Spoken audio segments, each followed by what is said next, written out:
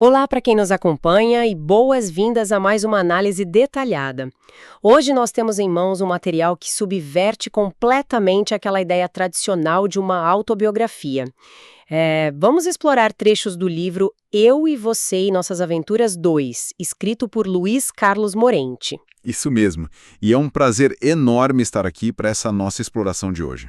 A proposta aqui é desempacotar algo muito peculiar, porque, bom, não estamos lidando apenas com um texto corrido.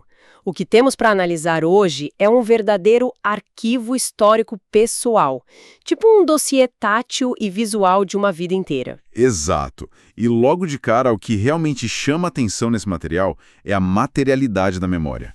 Desde as imagens da capa original até o miolo, o autor faz questão de expor reproduções de documentos reais. Não são daquelas imagens genéricas, né? Não, de forma alguma. Não há fotos de banco de imagens para ilustrar um sentimento. Estamos falando de certificados antigos com caligrafia de época, notas fiscais preenchidas à mão. Fotografias com aquelas cores já desbotadas pelos anos. Sim, sim. Bilhetes trocados em pedaços de papel. O autor estruturou o livro em torno dessa necessidade vital de preservar a prova física da própria jornada. E a nossa missão para esse mergulho de hoje é justamente investigar o que essa preservação quase obsessiva revela. Vamos observar como o arquivamento dessas imagens e desses documentos conta a história de um monumental divisor de águas. O que é fascinante do ponto de vista sociológico. Muito. Especificamente, como o amor à primeira vista pela esposa, que é carinhosamente chamada no texto de Preta, foi o verdadeiro gatilho que transformou a trajetória dele, de um menino marcado pela pobreza extrema no interior de São Paulo para um caso notável de sucesso profissional e familiar lá no Mato Grosso do Sul. Sabe, à primeira vista, guardar absolutamente tudo, desde um certificado de escola primária até um recibo de pizzaria, pode parecer só um saudosismo exagerado. Quem olha de fora pode achar que é só um apego ao passado, né? Exatamente. Mas se olharmos de perto para o perfil e para o contexto de origem do Luiz Carlos, percebemos que não se trata apenas de memória. Trata-se de uma defesa contra a invisibilidade. Defesa contra a invisibilidade. Gostei dessa definição. Porque o sucesso que as páginas relatam não surgiu do nada. Ele foi construído a partir de uma recusa em ser apagado pelo próprio contexto social. Aquele material ali é a prova de que ele existiu e resistiu. E isso fica muito evidente quando a gente analisa os relatos da infância dele lá em Parapuã. O material descreve que ele nasceu em 1958, num sítio extremamente humilde, e a pobreza descrita ali não é aquela pobreza romantizada, sabe? De jeito nenhum. É a privação real. Isso. Tem uma passagem no texto sobre como ele não tinha brinquedos comprados em loja. A diversão era brincar na terra com um jipinho que ele mesmo confeccionava, usando sabugo de milho. E a realidade sensorial dessa época é descrita de forma muito crua no livro. O texto detalha a busca anual da família por roupas usadas, por exemplo. Para conseguir o que vestir, ele precisava caminhar descalço pelos trilhos da estrada de ferro. Nossa! Até a cidade vizinha de Osambo Cruz. Imagina a cena relatada para quem nos ouve agora. Uma criança se equilibrando no aço escaldante dos trilhos sob o sol do interior paulista. Pulando sobre as pedras pontiagudas. Sim, pedras que feriam os pés. E tudo isso apenas porque do outro lado da linha havia pessoas dispostas a doar roupas velhas. É uma infância onde a escassez material dita as regras do jogo. E o que eu achei mais impactante além desses relatos é como essa escassez material rapidamente tenta se transformar numa limitação intelectual imposta pela sociedade. O preconceito, né? Exato. O menino, que não tinha sequer energia elétrica em casa, costumava escrever romances à noite. Ele lia e escrevia iluminado apenas por uma lamparina a querosene, forçando a vista. Um esforço gigante, gigante. E aí o material narra um episódio na escola, quando ele tinha uns 12 anos, que ilustra perfeitamente essa barreira social. Como é que foi exatamente essa dinâmica com a professora que o texto descreve? Esse é um episódio clássico de determinismo social. Na escola, por ser muito pobre e cheio de sardas, ele carregava um apelido bem pejorativo. Chamavam ele de barata descascada. Nossa, que crueldade! Sim. E um dia, uma professora substituta pediu que a turma fizesse uma redação. Ele, que era um leitor voraz, muitas vezes lendo livros resgatados do lixo, caprichou muito no texto. Ele usou um vocabulário rico, estruturou bem a redação, entregou realmente o seu melhor. E qual foi a resposta dela? A resposta da professora foi dar uma nota 0. 0 simplesmente por duvidar da autoria dele? Exatamente. Ela afirmou, na frente da classe inteira, que era impossível que um menino com aquele perfil, com aquela aparência tão humilde, tivesse escrito um texto tão bom. Ela o acusou de plágio pelo simples fato dele ser pobre. É revoltante ler isso. É. E é aqui que a gente entende a obsessão futura dele por guardar documentos que você mencionou na introdução.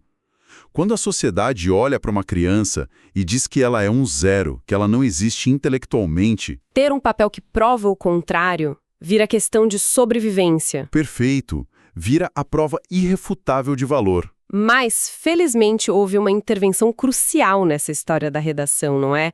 Alguém que viu o talento dele. Sim, a figura do diretor da escola, o padre Jerônimo. O garoto saiu da sala chorando, indignado com a injustiça, e foi direto mostrar o caderno de rascunhos para o diretor.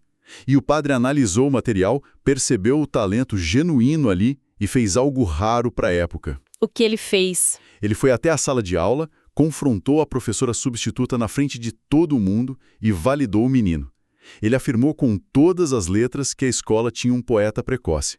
Esse reconhecimento de uma figura de autoridade impediu que a rejeição destruísse a autoestima dele de vez. É fascinante pensar como esses pequenos momentos de validação nos moldam profundamente. E é totalmente compreensível que anos depois ele tenha guardado com tanto zelo o certificado de aprovação do curso primário de 1970. E até o brasão da família Morente. Isso. Esses papéis deixam de ser burocracia e passam a ser tipo os certificados de que ele existia e tinha valor. Eles são certificados de batalhas vencidas. Com certeza.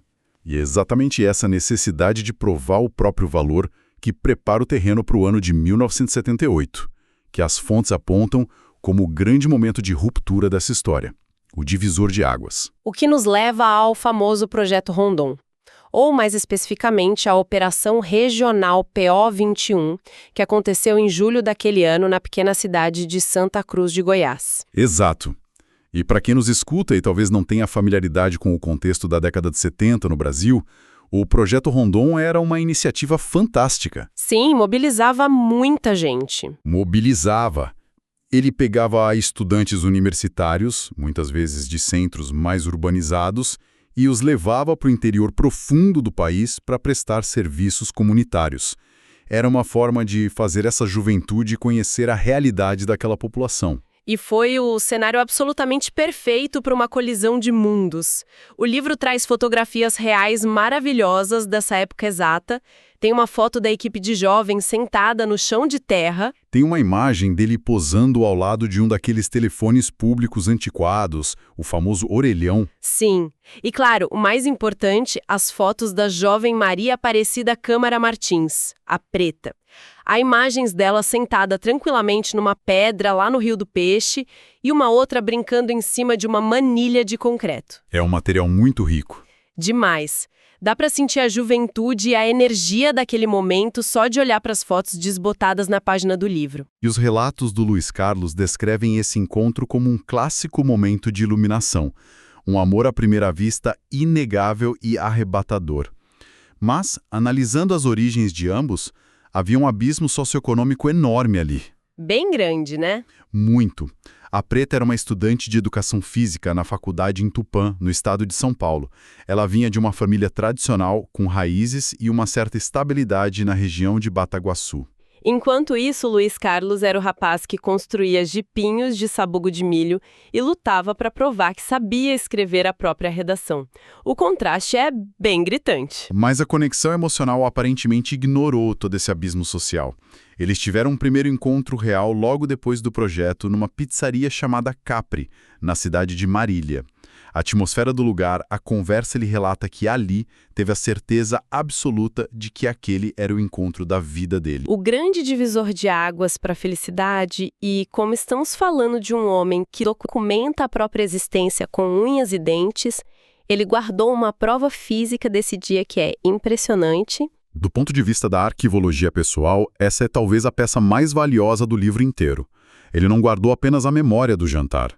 Ele preservou a nota fiscal original dessa ida à Pizzaria Capri. Um recibo de 1978. Sim, um pedaço de papel frágil que comprova o gasto exato de 63 cruzeiros na época. Mas o que transforma esse papel num artefato histórico para a família é o que tem no verso dele, não é? Exatamente.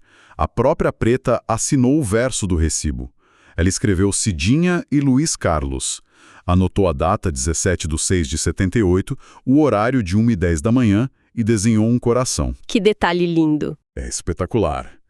Esse recibo é exibido junto a vários bilhetes de amor digitalizados no material. É a prova documental de que o amor existia. É comovente ver como uma despesa trivial de 63 cruzeiros ganha um peso tão grande na história de alguém. Por que, na sua visão analítica desse texto, esse recibo específico ganha o status de divisor de águas na vida dele? Porque ele representa o marco zero de uma transição de mentalidade profunda. Até aquele dia na pizzaria, a narrativa de vida do Luiz Carlos era pautada quase exclusivamente pela sobrevivência. Era fugir da fome, caminhar no trilho para conseguir roupas, provar que não era ignorante para a professora. Ele estava sempre na defensiva. Sempre lutando para não afundar. A partir do momento em que aquele recibo é assinado com um coração, a narrativa muda de sobrevivência para construção. O amor à primeira vista pela Preta e a aceitação por parte dela deram a ele um propósito externo. Deram um motivo tangível para ambicionar o futuro que até então parecia totalmente fora de alcance. Faz todo sentido. Só que decidir construir um futuro junto com alguém de um universo social tão diferente traz seus próprios desafios práticos no dia a dia. A adaptação dele ao mundo mais abastado da Preta não aconteceu do dia para a noite. Certamente não. Tem uma história hilária no material que ilustra perfeitamente esse choque de realidades envolvendo uma roupa branca. O que exatamente aconteceu nesse episódio? Essa é uma anedota maravilhosa que o autor relata com muito bom humor e bastante vulnerabilidade. A Preta, vinda de uma família mais estruturada, tinha hábitos requintados, sabia se vestir de acordo com a moda da época. E ele, muito apaixonado, tentava acompanhar esse ritmo com os poucos recursos que possuía. Imagino a dificuldade. Numa determinada noite, eles combinaram de sair para um evento mais formal. Ele queria muito impressionar. Para isso, ele resgatou uma velha calça de linho branco que pertencia ao pai dele e que estava guardada sem uso. Até aí tudo certo. Um visual todo branco combinando. O problema crônico foi o calçado. Ele não tinha sapatos sociais. A única coisa que ele possuía para calçar era um coturno preto. Velho, pesado e bastante gasto. A solução que ele encontrou foi engraxar exaustivamente o coturno na esperança de que passasse despercebido. Uma combinação visual que definitivamente chama a atenção. Calça de linho branco com coturno preto. E chamou a atenção mesmo. O texto conta que quando ele chegou ao pensionato onde a Preta morava na cidade de Tupã, quem atendeu a porta foi a filha da dona do local. Ao ver o Luiz Carlos vestido inteiramente de branco, com exceção daquele coturno preto gigantesco nos pés, a moça não se conteve. O que ela fez? Ela correu até o quarto onde a Preta estava se arrumando e gritou a plenos pulmões: "Seu namorado sempre livre chegou." Uma referência direta à embalagem clássica do absorvente da época, que era toda branca com aquele detalhe forte, ou apenas um comentário sobre o visual completamente excêntrico dele? O choque de referências estéticas foi tão grande que os relatos dizem que eles acabaram cancelando a saída daquela noite. Ficaram em casa. Sim. É uma história muito engraçada hoje, mas que revela o profundo esforço dele para pertencer ao mundo dela, mesmo não tendo as ferramentas materiais para isso. Ele deu o seu melhor. Mas o que impressiona é que esse abismo social e essas pequenas gafes não desaceleraram a relação em nada. O cronograma deles foi incrivelmente rápido. Os documentos do livro mostram que eles ficaram noivos em outubro de 1979, bem no dia do aniversário da Preta. Foi tudo muito intenso. Muito. E logo na sequência lidaram com a gravidez inesperada do primeiro filho, o Tiago. O livro expõe um telegrama antigo de felicitações pela união. Em seguida, já vemos a reprodução do convite de casamento, datado de fevereiro de 1980. E é após essa troca de alianças que a teoria do divisor de águas é testada na realidade mais dura possível. A estrutura do relacionamento precisou se provar de verdade. Eles deixaram o interior paulista e se mudaram para o Mato Grosso do Sul. Para a cidade de Amambai. Isso. E a descrição da primeira casa deles ali é um retorno brutal àquelas privações da infância. É um recomeço do absoluto zero. O material narra que eles chegaram numa casa completamente vazia, sem um único móvel. Imagina o peso psicológico dessa cena para quem nos ouve. A Preta, criada com conforto, acostumada com a tradição familiar de Bataguaçu, estava agora grávida, morando longe de casa. Deve ter sido aterrorizante. O livro traz fotografias belíssimas dela gestante que documentam essa exata janela de tempo. E o autor relata com muita sinceridade que ela chorava diante daquela situação inóspita. Era assustador. Mas o ponto central que o material estabelece é: ela chorava, mas nunca cogitou ir embora. A resiliência dela ali é o verdadeiro alicerce dessa história de sucesso, não é? Inquestionavelmente, esse momento em Amambai é a fundação de tudo que veio depois. O amor incondicional dela, a decisão firme de permanecer ao lado dele, mesmo quando as condições eram tão precárias, proporcionou ao Luiz Carlos a estabilidade emocional e a segurança que ele nunca teve na infância. Ele encontrou o chão que precisava. Sim, a narrativa biográfica deixa muito claro nas entrelinhas e nos textos diretos toda a ascensão profissional subsequente dele seria impossível. A força dela nos bastidores foi o motor do sucesso público dele. Que ascensão rápida. Assim que a família encontra seu eixo, a vida profissional dele começa a decolar. Em 1981, os registros documentais mostram que ele passou num concurso da Empaer para atuar como extensionista rural. Para quem acompanha nossa análise e não é familiarizado com os termos agrícolas da época, o que significava na prática esse cargo da Empaer? A Empaer, que é a empresa de pesquisa, assistência técnica e extensão rural, tinha um papel absolutamente vital no desenvolvimento do interior do Brasil naquela época. O extensionista rural é o profissional que faz a ponte entre a tecnologia agrícola desenvolvida nos laboratórios e o produtor rural isolado lá no campo. É um trabalho bem corpo a corpo, então. Totalmente. É um trabalho que exige não apenas conhecimento técnico apurado, mas uma empatia profunda pelas pessoas que vivem na terra e tiram o sustento dela. O Luiz Carlos, justamente por ter vindo de um sítio humilde e ter conhecido a escassez tão de perto, tinha a bagagem humana perfeita para se conectar com esses produtores. Ele falava a mesma língua. E isso gerou uma série de movimentações geográficas na vida deles, sempre motivadas pelo crescimento na carreira. Eles foram transferidos para Nova Andradina, depois para Costa Rica, no interior do estado. Sempre avançando. E um detalhe incrível das fontes é que a Preta também floresceu profissionalmente por onde passava. Ela não ficou apenas nos bastidores. Ela dava aulas de educação física nessas cidades e foi fundamental na criação de um grupo cultural e de dança bastante conhecido na região e que, claro, tem seus próprios registros fotográficos meticulosamente preservados nas páginas do livro. É o retrato exato de uma parceria onde ambos evoluíram juntos. E conforme a trajetória avança nas décadas seguintes, o foco profissional dele se direciona muito para a gestão pública e para a captação de recursos governamentais. Uma nova fase. Sim, o material detalha de forma muito factual a atuação dele na cidade de Bataguaçu. Lá ocorreu uma parceria técnica e política muito frutífera com Pedro Arley Caravina, que atuava na gestão local. Mantendo nossa análise focada estritamente nos fatos documentados pelo arquivo, essa aliança de trabalho resultou em avanços significativos de infraestrutura para o município.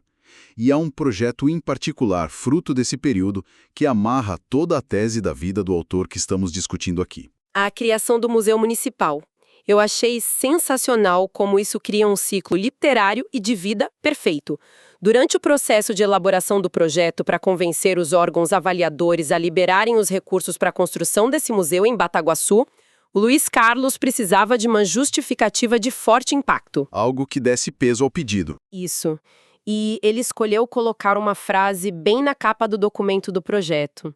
A frase dizia: "Povo que não preserva sua história, o futuro é incerto." Essa frase é a combinação brilhante de tudo que analisamos até agora. Pensa bem, o menino pobre que guardou o certificado da escola primária para provar que era inteligente. O jovem apaixonado que arquivou a nota fiscal da pizzaria de 78 para documentar o dia em que a vida mudou de rumo. Tudo se conecta. Sim. Esse mesmo homem, agora no serviço público, usa a premissa fundamental de que preservar a história é vital para construir e justificar um museu inteiro para uma cidade.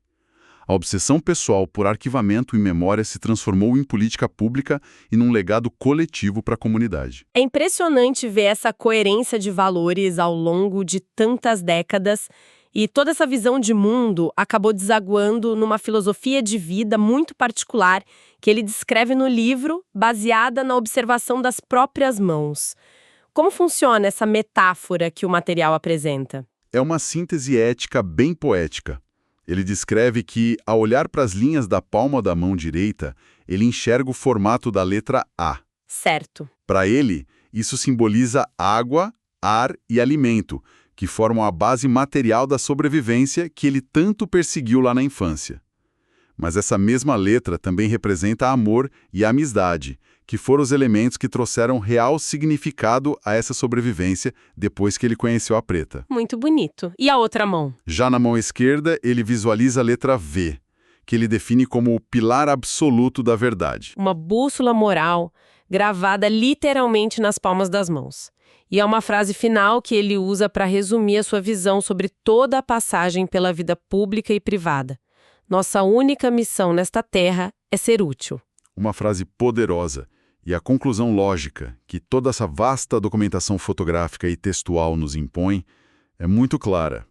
A capacidade do Luiz Carlos de cumprir essa missão de ser útil à sociedade e de alcançar o sucesso profissional não ocorreu de forma independente ou solitária. O ímpeto de superação estava nele, claro. Sim, a base de resistência era dele, mas o combustível inesgotável para manter essa engrenagem funcionando sob pressão ao longo de tantas décadas foi o suporte emocional absoluto da preta. O amor à primeira vista na pizzaria não foi apenas um evento romântico passageiro. Foi o alicerce prático que permitiu que o menino do jipinho de sabugo de milho se tornasse o homem maduro que construía museus. Uma história riquíssima sobre simbiose e parceria real. Chegando à nossa síntese final desta análise de hoje, o que fica evidente a partir de todas essas fontes, recibos e memórias é que conquistas significativas nunca ocorrem no vácuo. Nunca. Frequentemente, a trajetória de uma vida inteira é alterada por um encontro improvável, por um choque de realidades que, ao invés de afastar, cria uma força motriz impossível de separada. O amor não apenas salva, ele estrutura o futuro de forma concreta. E a dedicação em preservar a capa original, as fotos antigas, foi a forma dele honrar isso. E a segunda grande lição extraída desse arquivo monumental é o imenso poder da documentação pessoal. Valorizar a própria jornada significa não ter vergonha das origens difíceis ou das cicatrizes do caminho. Manter as provas físicas das batalhas vencidas, seja um brasão de família, um boletim antigo, uma foto desbotada no projeto Rondon ou um recibo frágil de 63 cruzeiros assinado com um coração, é o que âncora a identidade de qualquer indivíduo perante o mundo. Exato. A história pessoal só sobrevive ao desgaste do tempo se alguém tomar para si a corajosa responsabilidade de ser o guardião da própria memória. É uma perspectiva que faz qualquer um de nós querer rever aquelas velhas caixas de sapato cheias de papéis guardadas no fundo do armário. Certamente faz. E para encerrar a nossa exploração de hoje, fica uma provocação para quem nos escuta levar para o resto do dia e refletir sozinho. Se o grande evento que dividirá as águas de uma vida ocorresse exatamente nesta tarde, que pequeno objeto, bilhete rasgado ou recibo aparentemente banal valeria a pena ser guardado com o máximo cuidado para provar às gerações que ainda nem nasceram que foi ali, naquele exato e minúsculo instante, que a história mudou para sempre.